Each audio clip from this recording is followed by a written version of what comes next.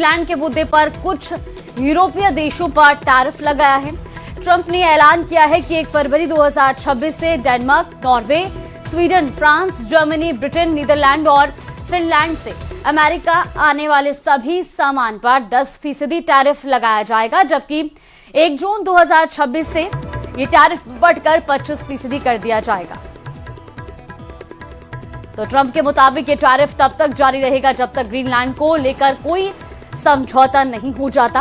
Trump ने दावा किया कि चीन और रूस ग्रीनलैंड में दिलचस्पी दिखा रहे हैं और डेनमार्क इसे बचाने की हालत में नहीं है। आपको ये भी बता दें कि ग्रीनलैंड आर्कटिक महासागर और उत्तरी अटलांटिक महासागर के बीच मौजूद है, जो डेनमार्क के साम्राज्य का हिस्सा है। ट्रंप ने ग्रीनलैंड को गोल्डन डोम नाम के बड़े रक्षा प्रोजेक्ट के लिए बहुत महत्वपूर्ण बताया है।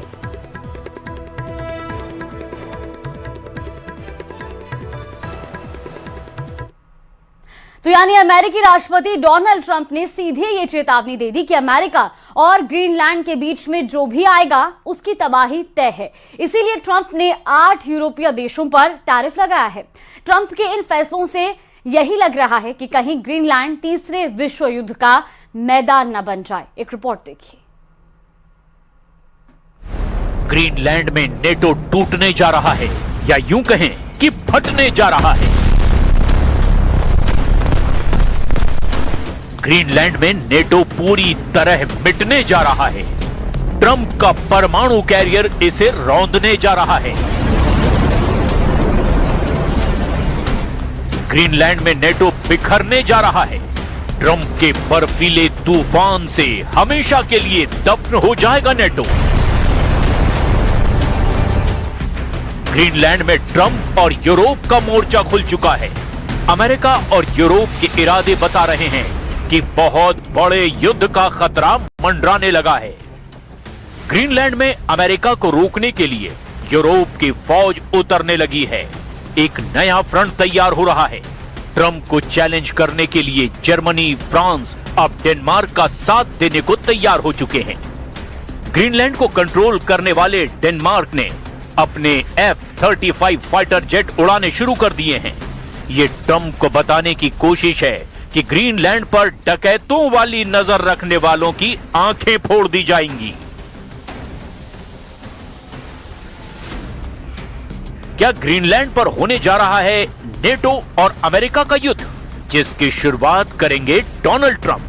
क्या ग्रीनलैंड बनेगा सबसे बड़ा वॉर जोन, जहां डोनाल्ड ट्रंप को टक्कर देंगे जर्मनी, फ्रांस और पूरा Europe? Well, we're going to see NATO has been dealing with us on Greenland. We need Greenland for national security very badly. If we don't have it, we have a big hole in national security, especially when it comes to what we're doing in terms of the Golden Dome and all of the other things. We have a lot of... यहाँ Arctic endurance NATO military exercise को युद्ध का एक बड़ा signal माना जा रहा है। अमेरिका एक बहुत बड़ी पावर है, ये पूरा यूरोप जानता है, लेकिन अब इस टक्कर में नेटो टूटता हुआ नजर आ रहा है और बड़े सवाल भी खड़े कर रहा है। क्या ग्रीनलैंड में होगा विश्व युद्ध, जिसमें टूट जाएगा नेटो? और इस युद्ध का लाल फीता काटने की शुरुआत डोनाल्ड ट्रंप ने कर दी है। क्या ग्रीनलैंड में पूरी तरह तबाह हो जाएगा नेटो, क्योंकि डोनाल्ड ट्रंप ने इस युद्ध की बुनियाद रख दी है? क्या ग्रीनलैंड में नेटो को खत्म करने के लिए अमेरिकी नौसेना इस बर्फीले द्वीप को रौंद डालेगी? We have got the strongest military in the world and it's only getting stronger. And you saw that with Venezuela, you saw that with the attack on Iran, with knocking out their nuclear capability potentially.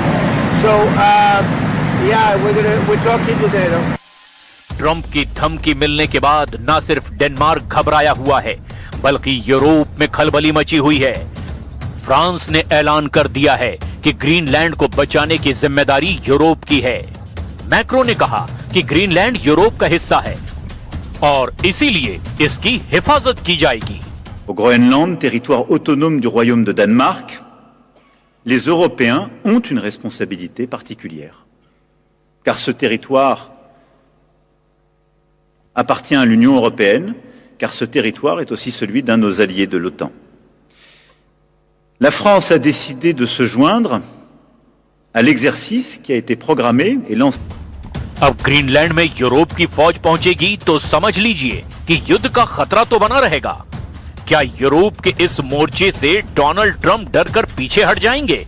इस पर उनकी प्रवक्ता ने भी जवाब दिया है। I don't think troops in Europe impact the president's decision-making process, nor does it impact his goal of the acquisition of Greenland at all.